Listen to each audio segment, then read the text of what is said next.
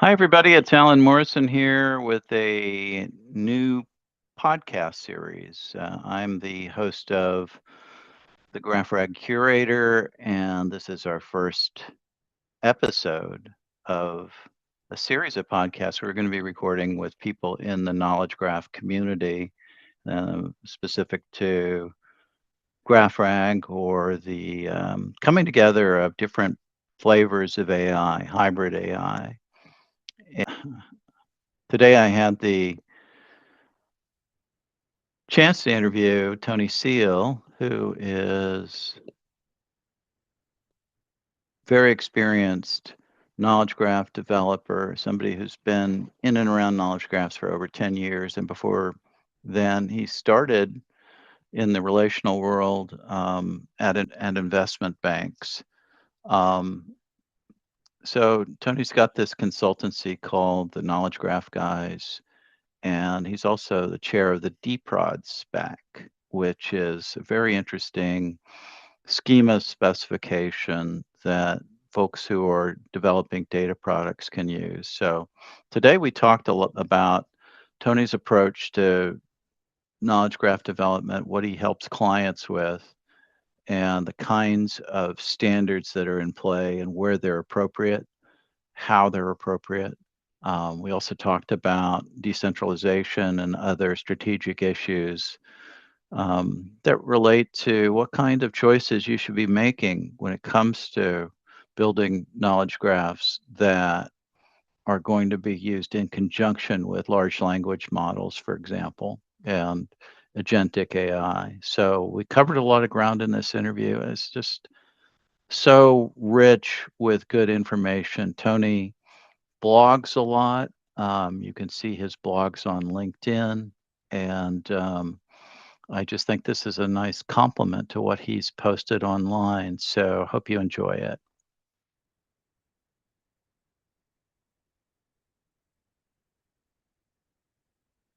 You need to put the kind of the data foundations, those kind of the deterministic foundations in place in order to then be able to do the probabilistic stuff safely. This is my view. And then it kind of builds from there to say, okay, well, everybody knows that you're going to want some kind of deterministic scaffolding around your agentic probabilistic setup. But the question then comes, well, what should that scaffolding be? How do we set that up in such a way that it's going to be sufficiently flexible for the business to expand? What should that scaffolding be when the technology is going to be on this increasing curve, and it's still going to be carrying on getting a lot better. We don't know when it will plateau off, at what point it will kind of plateau off, but at the moment it's still, incrementally getting better and better and better the whole time. So you don't want to be putting in loads of like hard-coded if statements and rules around it that you're then just going to have to rip out tomorrow. And that's where I think the graph comes in, and where ontologies come in as well, because being able to create the right abstractions, it was always about taking sort of hard-coded application logic that was kind of embedded within the applications, and then pulling that out of them into these kind of well-factored symbolic representations, less if statements and more just kind of good modeling design. And really that's just now kind of gone from, this is a really good architectural design, everybody should be doing it, to, this is what you actually need to be doing in order to be able to start building your agents in an effective way across your business. That's how I would see it. Yeah, and I would agree. And I'm wondering, it just seems like so many more people ought to be in the mix from the business side to make this happen. Yeah. And you were probably pretty active about getting people involved in when you were at previous employers working on this stuff. Can you talk about that at all? Yeah, I think, one of the things that I used to say back there where I was working for the investment banks is that really we need to take the domain model and we need to move it out from being something that is solely owned by IT. So like the schema of the relational database, which is kind of all we had as the domain model, we'd have some UML diagrams and maybe a bunch of Excel spreadsheets or whatever that are describing a bit of the metadata, or perhaps we've got like a bit of information in Kaliva or one of these kind of other systems. So they kind of got this scattered metadata around the place and schema information. That's very much something that would be owned completely by the IT department.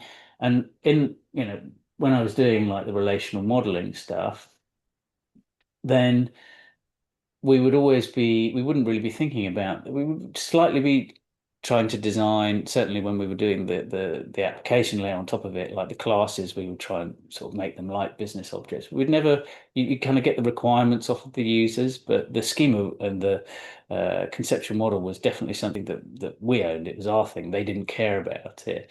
And what I began experimenting with right back when I started at Deutsche Bank was like, well, what if this is a shared owned artifact? Like we're going to surface out this metadata, this ontology. We're not going to have all of these kind of separate different places where we're going to be storing parts of it, like partly in the schema of the database, partly in this UML diagrams that we've created, partly in these Excel spreadsheets. But what about if we just kind of consolidate the thing together? But more than that, like once we'll do the design of it in this kind of co-creation process with the business involved in it, which was pretty painful at times, but it's worth it because then the conceptual model reflects the business reality and the business language. You can't, the IT teams don't have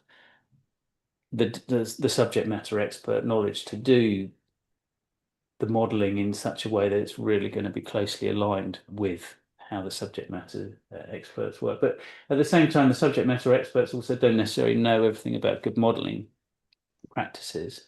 But the nice thing about ontologies and graphs is that you don't have to be going, oh, I need this linker table here now. I'm going to flatten this one out into this thing. I need this primary foreign key. You're talking, you can model much more naturally, which, that was one of the things that emerged there.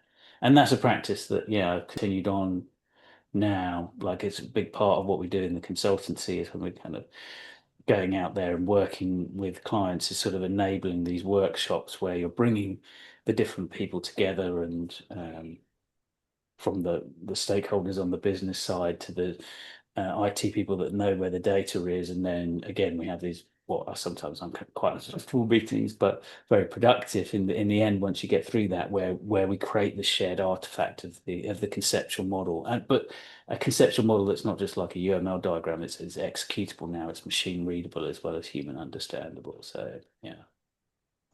Yeah, makes a lot of sense. And I'm also wondering, given that we're working with knowledge graphs now, doesn't the knowledge management department play a bigger role?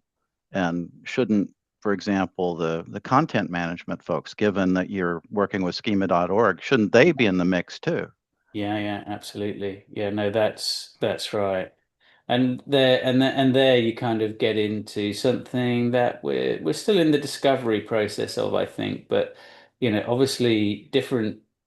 Take a concept that's all over the place, like customer or something like that. We've got kind of different representations of what a customer means to different departments, and there's a kind of alignment piece that needs to go on there, whilst also respecting that some of that difference is actually desirable. You should be able to kind of take different views on what a customer is, because a customer does mean different things to different people. But like there's a process around working out what the common aspects of that we can agree on and we can align on, and where we can align, we should align.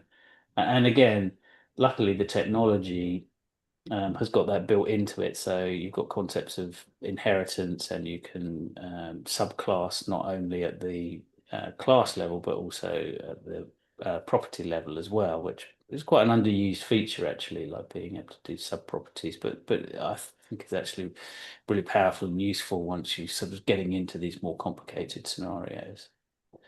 And using tools like that, we can begin to handle this merging process. But it was always very human intensive.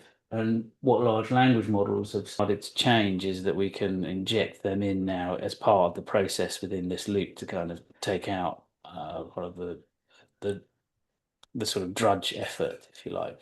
I mean, you still the large language models are not going to be able to tell the domain experts how to do the job. It's very much going in the other direction. But the large language model can maybe have a initial estimation of what the ontology should look like, and then the domain expert can, along with the IT guys, refine that into something more sensible, and then that's used as a blueprint to send back to the large language model when you're in like an operational circumstance to say, no, that this is what we mean by this concept, and this is how this concept relates precisely to this other concept, formally. Yeah. So this whole thing seems like there's a certain amount of data culture, sharing culture that has to go on ultimately. In order for you to succeed in your consulting with a client, are you assessing their level of data maturity and their interest in sharing culture? Um, is that how do you assess where a client is and where they should be going and advise on that purpose? Yeah. I mean, a lot of it is the kind of you build upon the good hygiene that everybody would know around kind of like data quality and data ownership and all of the and discoverability. So, a lot of these concepts are very well known within the data community, and that's the foundation of what you're doing. And when we're going in as well, you want to leave as much of the infrastructure as it is, basically. So if people have put hard work into building like a data warehouse, or they put a lot of work into like doing data cataloging, you don't want any of that to be thrown away because it's super useful. Or maybe they've got a brilliant collection of UML diagrams, or that they've captured all of their metadata into Excel spreadsheets. So you take all of the general good practices that are going on, and then you just try to leverage over the top of that and create, what I would call a true semantic layer. The term semantic layer is bandied around as a bit of a marketing term now, but like semantics in terms of what you and I would mean by semantics, like a formal representation of meaning that's rich and highly aligned with what is meaningful to the business. Like, you can skim that semantic layer over the top of the kind of existing good practices that are already going on. That also makes sense. It makes me wonder, and this gets to the core of the questions that I wanted to ask you about modeling. There's a kind of a hierarchy with OWL and SHACL perhaps being more formal modeling approaches that experts might need to be brought in to use. And then there's simpler approaches that SMEs and domains, for example, can take advantage of themselves. Do you want to talk about that? What kinds of Yeah, methods are people using effectively nowadays for that purpose? yeah. So, I mean, the obvious division in our world there obviously goes between ontologies and vocabulary. So, as you know, we'll kind of make a different definition between those two things. So, vocabularies, you'll tend to use like SKOS for. So, it's really just you're creating simple like taxonomies there where you're going to be categorizing something in maybe like a hierarchical list. It's a sort of like data that you would see maybe like in a drop down box in a UI where you select one item from it, and maybe it's got a bit of a hierarchy. And the classic one that they use to explain that is like the animal kingdom, where you've got animal at the top and then all of the kind of different areas down. And if you don't need to have anything too complicated, then you can use these pretty simple formats in order to do that. And the other bonus of that is for something that you're maybe like auto-generating, like you're just pulling in some other information from a different source, or maybe you're like kind of passing a document or something like that, then SKOS is a great option there. And you can have very simple tools that you can give out and effectively let the SME sort of just manage that almost themselves, really, and change it and add it and adapt it. It doesn't require like someone with like uh, ontology modeling experience to be involved in it. And Hmm. then there is other kind of areas that you um, where you are going to need to go in and do more detailed ontological modeling. And there, again, we get kind of gradated levels. So we have RDFS, which is your kind of sort of entry level, and you can actually build an entire ontology in RDFS as schema.org has. They just kind of made the decision we're just going to do a pretty shallow but very broad, and we want to concentrate on simplicity. So we're just going to do like an RDFS based ontology. And those RDFS based ontologies are really rather simple, and I'm a big fan of them actually. Like not everybody is, and there's a lot of people that are ontologists that I respect that that don't like them, but I'm actually quite a big fan just simply because of the simplicity, and you can go a long way with an RDFS based ontology. But sometimes you do need to go a little bit further with like modeling some of your logical axioms. And then that's when you then kind of draw on OWL, which is the kind of, I guess, like the best known sort of ontology modeling language. And there you can do like more complicated first order predicate logic, which sometimes you need to do. But what I always like to do is make sure that everything is very connected into um, a use case that's going to provide value, and you don't. There are many pitfalls that people can fall into when they're sort of building out these knowledge graphs, and one of them is the sort of philosophy trap, if you like, where you would just go straight to OWL, and you can get lost there basically. You can kind of go into Yeah. this philosophical world where you're just sort of modeling everything very beautifully, but what business value is it actually maintaining or delivering? And you can use some beautiful logical axioms to model something, but right, then that's going to be a lot of complexity for somebody else to come and understand exactly what you meant by that. So Absolutely. yeah, that's kind of like a, a very quick overview of my view on the on that. Yeah, and where does rule modeling come in? I'm thinking with the agentic paradigm and the need for certainty about certain things when you're working with agents, obviously. How are you modeling rules? What are you using for that purpose, or does it come up a lot yet? I mean, we get like workflows and we get like domain Hmm. specific rules. So I've tended to uh, use, well, I mean, the other part that we didn't mention there is a SHACL, obviously, as well. So which I should have done. So the kind of stack that I mentioned before is all works in what we call the open world. So it's kind of weird the first time that you come into ontologies, because like being from a when you've come from like a relational world as I did, you tend to think of the tables owning the rows. Or, I'd done object-oriented programming, and in there, the classes, they own the properties and functions. But actually, the way that it works with OWL and RDFS is kind of biased more the other way. It's like the properties are free floating, and if anything, they kind of inform for you what the class is. It's like I've got a property which says it's walking in this waddling style. It's another property saying that it's got a beak, and another property saying that it makes this quacking noise, and I infer from those properties, therefore, that this thing is a duck.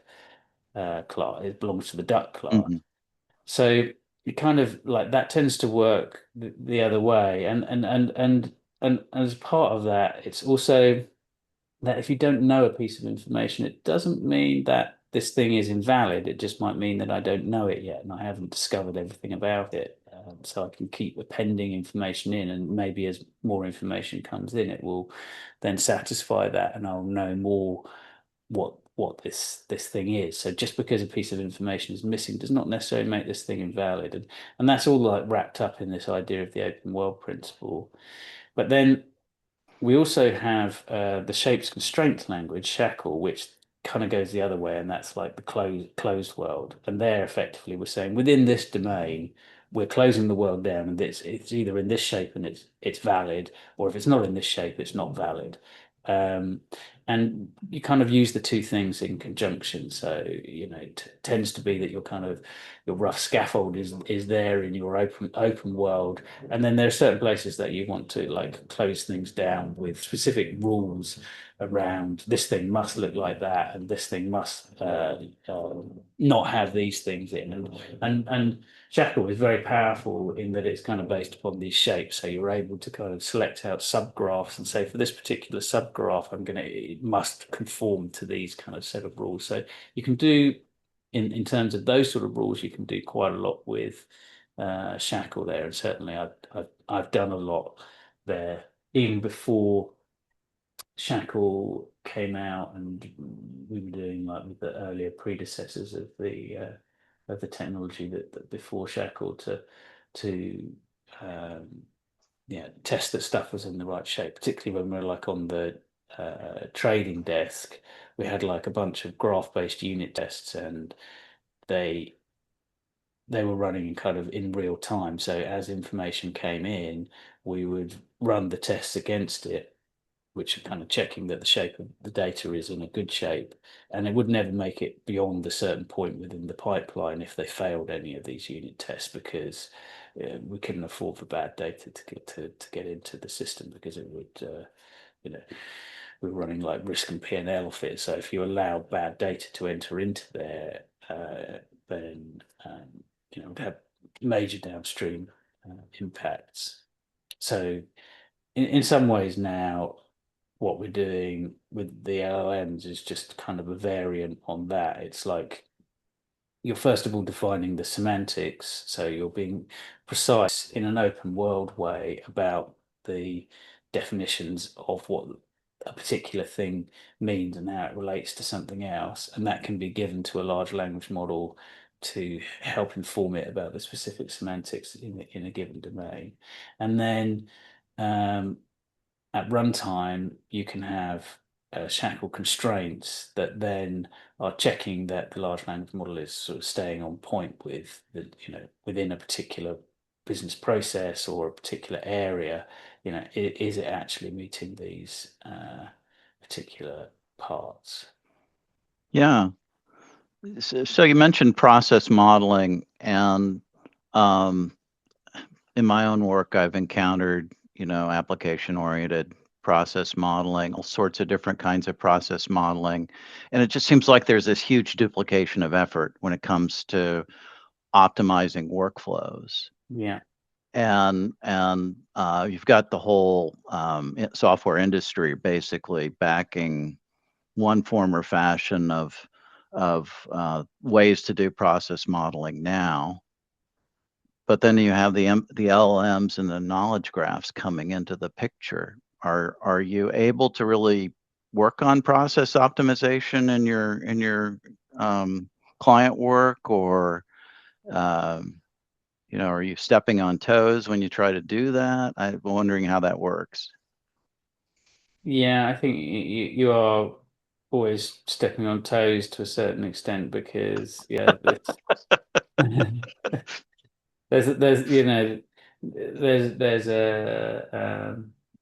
there's a kind of set way of doing things, and this is quite a radical departure across. It's a different way of thinking about the problem, but again, I think there's a growing realization now as we enter the age of AI that just staying still and doing things the old way it's a very dangerous position to adopt. It's kind of gone from being the safe thing to do to actually being a dangerous thing to do. To just, if you just stay still and you don't begin adopting some of these techniques and technologies, then you're in real danger of just being wiped out as you sort of don't move in and begin experimenting with this technology. So I'm seeing some kind of changes within there, but I think there's almost an existential crisis for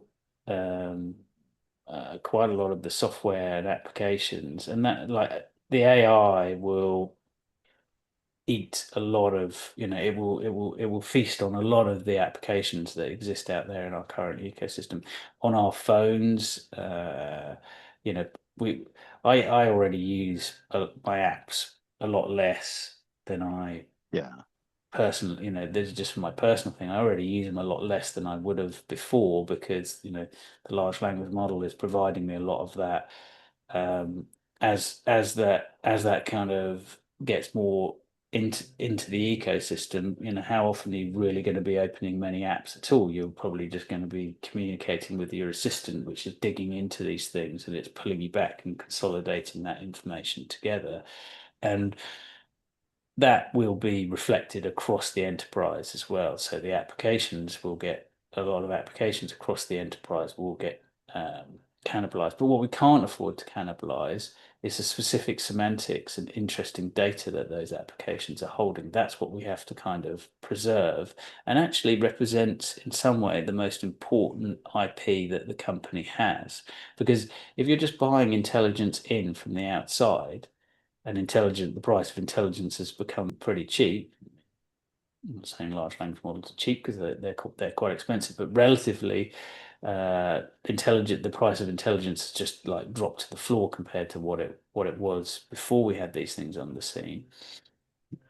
Then in that kind of world where you can buy intelligence in very cheap, but so can your competitors, then what is it that is making you distinct? Where is the value that you're holding? And I think that the penny will begin to drop slowly, that, well, actually, it's what's out of distribution of these large language models. So yeah, they're very intelligent, they know a huge amount, but just putting aside the kind of hallucination piece for now, they're also got this kind of generalized intelligence. It's whatever, it's the kind of mean of what everybody else knows. So the value of a given organization is really based upon what sits outside of that, and that's about their data and about their people.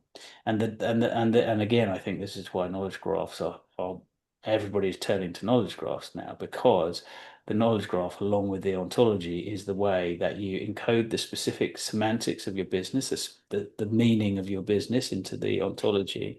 But then you also connect all of your data, or as much of your data as you can, into that ontology, and then you connect it together into this kind of like network of interconnected information.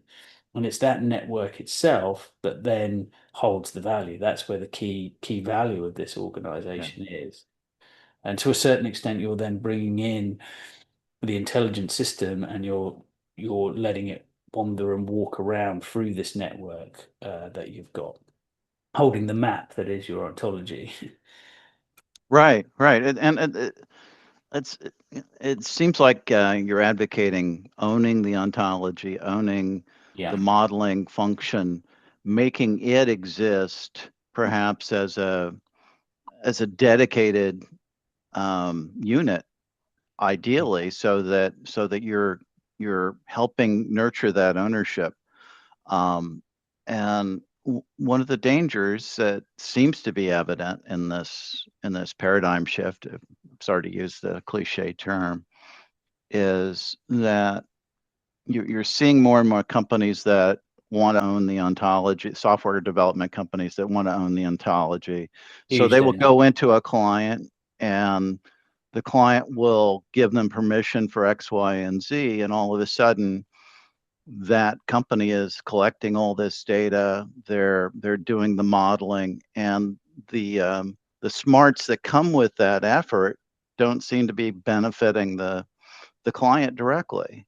Yeah, now this is I did a post on this actually called "Your Ontology is Your IP," and it wasn't particularly popular because I don't think the penny has dropped for a lot of people yet. But this is fundamental because your ontology, like it's ultimately, and I talk about this idea of like discovering what your ontological core is. What is the ontological core of this organization, i.e., what sets it outside of distribution? So what is it that's unique about it? What does this organization stand for? What is its meaning? And not in a kind of woolly branding sense. I mean, branding's important as well, but I just mean in like a more hard-nosed, concrete, executable sense. Like, how do I take the semantics of this business, the meaning of this business, what is sets it, what it means to be this particular business, and what this entity means within the context of this business, and how does that link to the other concepts within it? What is the kind of like distilled essence of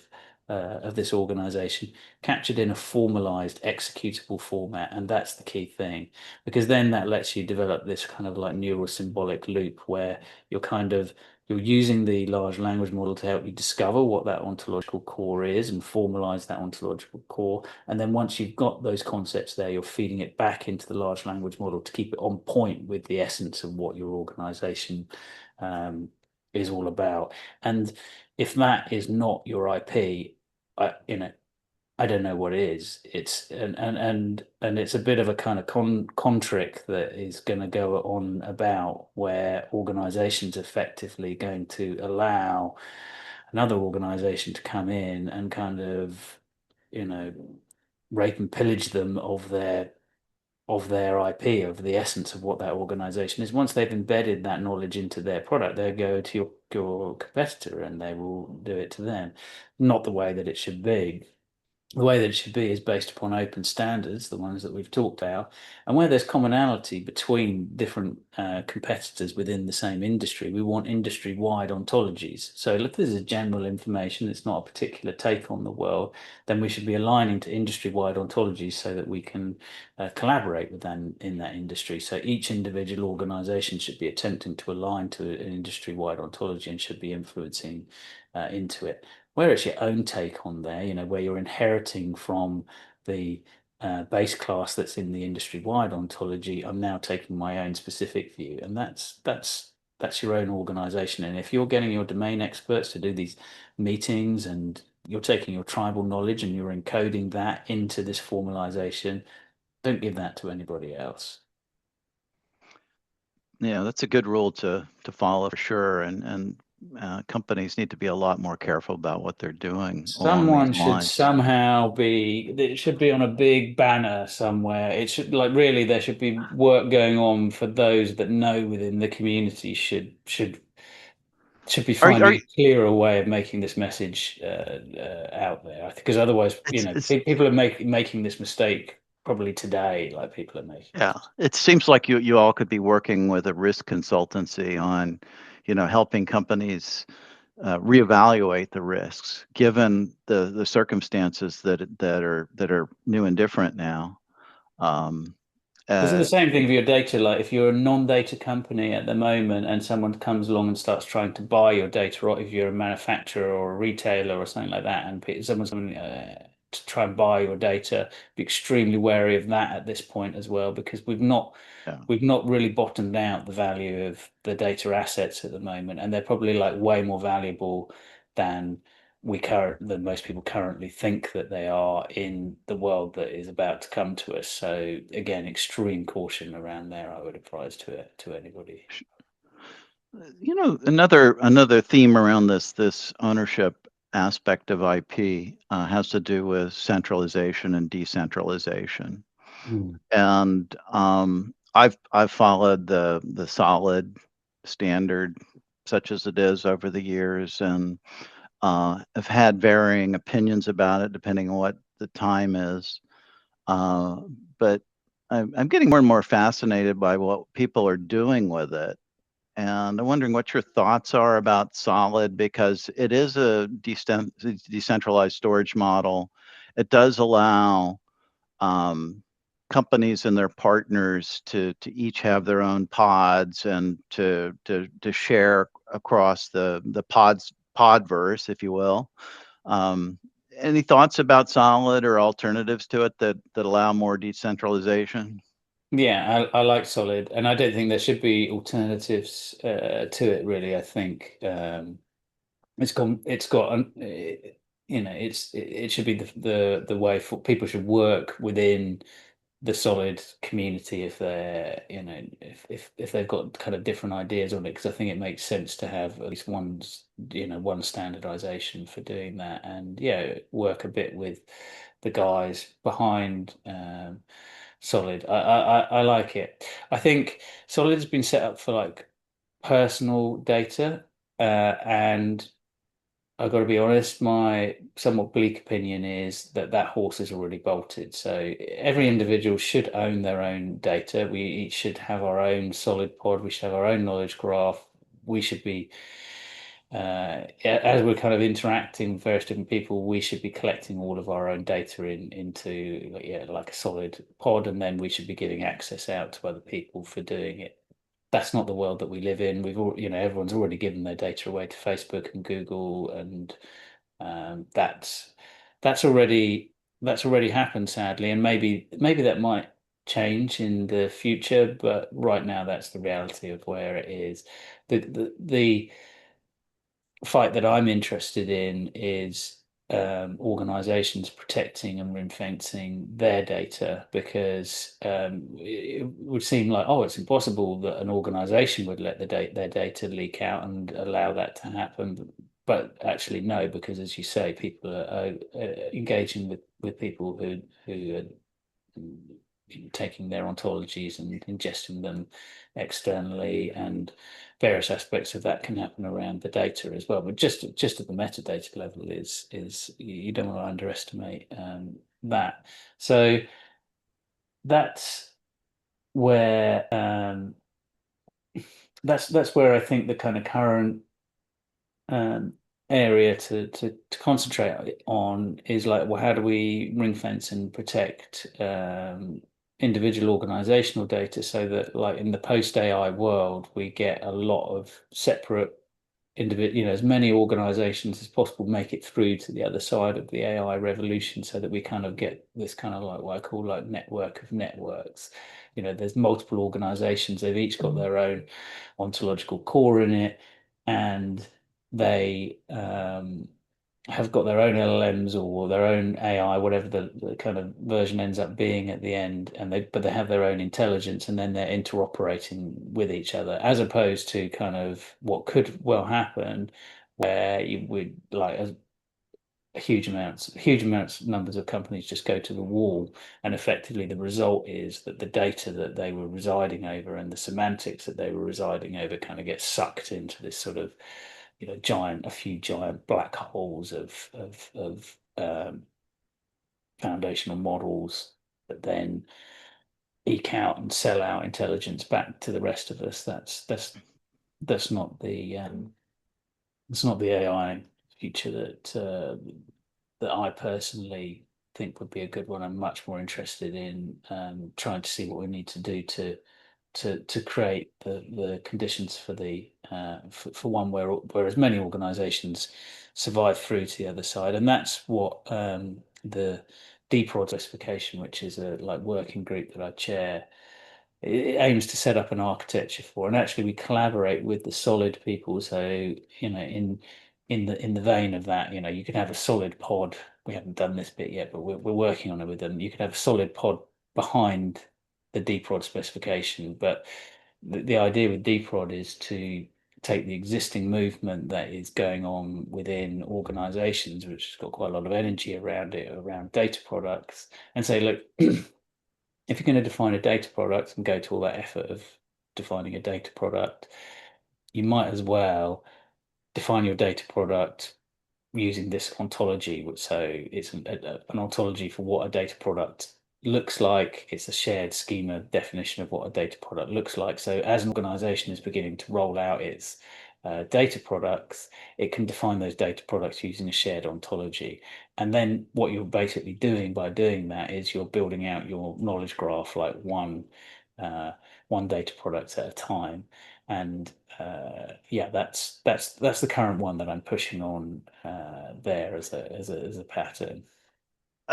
People are really excited about DPROD, and especially the people who are working on it are excited about it. And I'm wondering what the use cases are that are starting to appear. The first use cases for DPROD. Are you seeing many use cases that you want to talk about? Yeah, I mean, so the primary use case is just kind of like what it says on the tin. So like if most organizations of any size are now like or have already established like a data product team. So they've adopted like data product mindsets, so data product thinking. I'm going to basically put effort in down at the producer level to surface up data products into a data product marketplace. And it's not such it's really quite simple to say, well, when I'm defining that data product, I'm going to define that data product in accordance with this schema. So I'm going to make it available in JSON LD. So just like we sort of talked about at the outset of the Hmm. conversation, where you had like schema.org and then half of the web pages contain these islands of JSON LD. Now in JSON LD, I can say I've got this data product. And that's the kind of like start of it. But the next level down is that basically what you do is you then say, well, this data product is making these data sets available, and these data sets I link back then to a class within the ontology. So you start to build out your own internal version of schema.org. So like there's schema.org out on the web, but now organizations can have their own internal version of schema.org where they begin, collecting and visualizing the core concepts that represent what this organization is about. And then as I'm newing up a data product, if the concept doesn't exist, well, then I need to do the modeling work, and I'll work with the kind of centralized team in order to get that added into the ontology and made available in the internal version schema.org. If what I'm publishing is basically pretty much what is there, I'm just going to say that this data product is making this particular class available, and and then you've got the space in between where you kind of subclass out of that, as we sort of talked about before, using the methods we talked about before. But this lets you do what is effectively the oldest trick in the book, which in programming, which is you're skimming an interface layer over. So you can leave your existing application infrastructure exactly as it is, but you're now starting to surface up these data products. The data products are mapping into classes in your um, ontology, and then your ontology becomes the semantic layer. So that semantic layer is now an interface over the top of your organization. But if you do the ontology right and you get the modeling process correct, then this is concepts expressed in business terms. So this is your business semantics. So the business users can access through that semantic layer, but obviously so can the AI now, which can kind of interface into there, understand what all the concepts are, and then go back to the data products, which are giving you information there. And yeah, this is a pattern that we are seeing organizations begin to adopt. So with this paradigm change, you've got the interface layer that you talked about, the true semantic layer, and then you've got the LLM novel capability for language interpretation. And it just seems like a powerful combination that exists there that people really ought to be taking advantage of in a huge way. Yeah, and lots of them are. So like it seems like Yeah. everybody is beginning to is beginning to see the light around this stuff. It's across Yeah, it's various different industries. Yeah. exciting stuff. So what's the rest of the year look like for you, and perhaps 2026? What are you anticipating? What can you look forward to in the rest of the year? Yeah, so obviously, I'll do a little pitch for the Knowledge Graph guys consultancy. So we run like a consultancy, which is growing, which is great, and we've got like experts who have got experience with delivering knowledge graphs, and we're bringing that all together.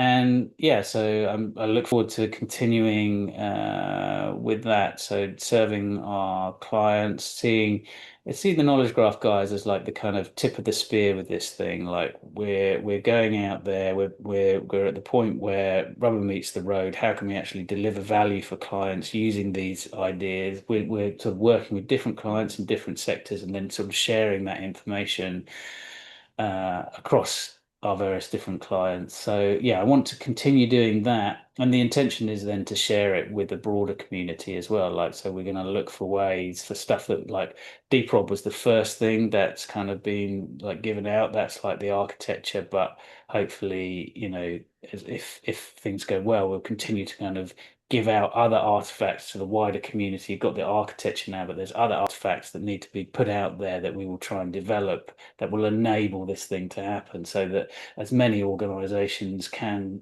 do this difficult task of connecting, consolidating their data, making themselves fully AI ready and passing through to the other side of this AI revolution. So that we get as many companies going through to the other side. We get this network of networks. We get the AI that we want, not some dystopian version. It's a really compelling vision, and I wish you all the best Thank with you. the execution of Yeah. this plan here. And if people want to reach out to you, how do they contact you? Yeah, so you can come to our website, knowledgegraphguys.com, or you can just find me on LinkedIn and DM me on LinkedIn. It's worth if people listening that are interested in any of this, then if you follow me on LinkedIn, then I produce regular posts on all of the stuff to do with this. Yeah. And I would recommend Tony's posts highly. They're very thoughtful and always useful. So good guy to follow. Thank you, Tony. Thank Thank you you, for the Alan. interview. Yeah. Yeah, great conversation.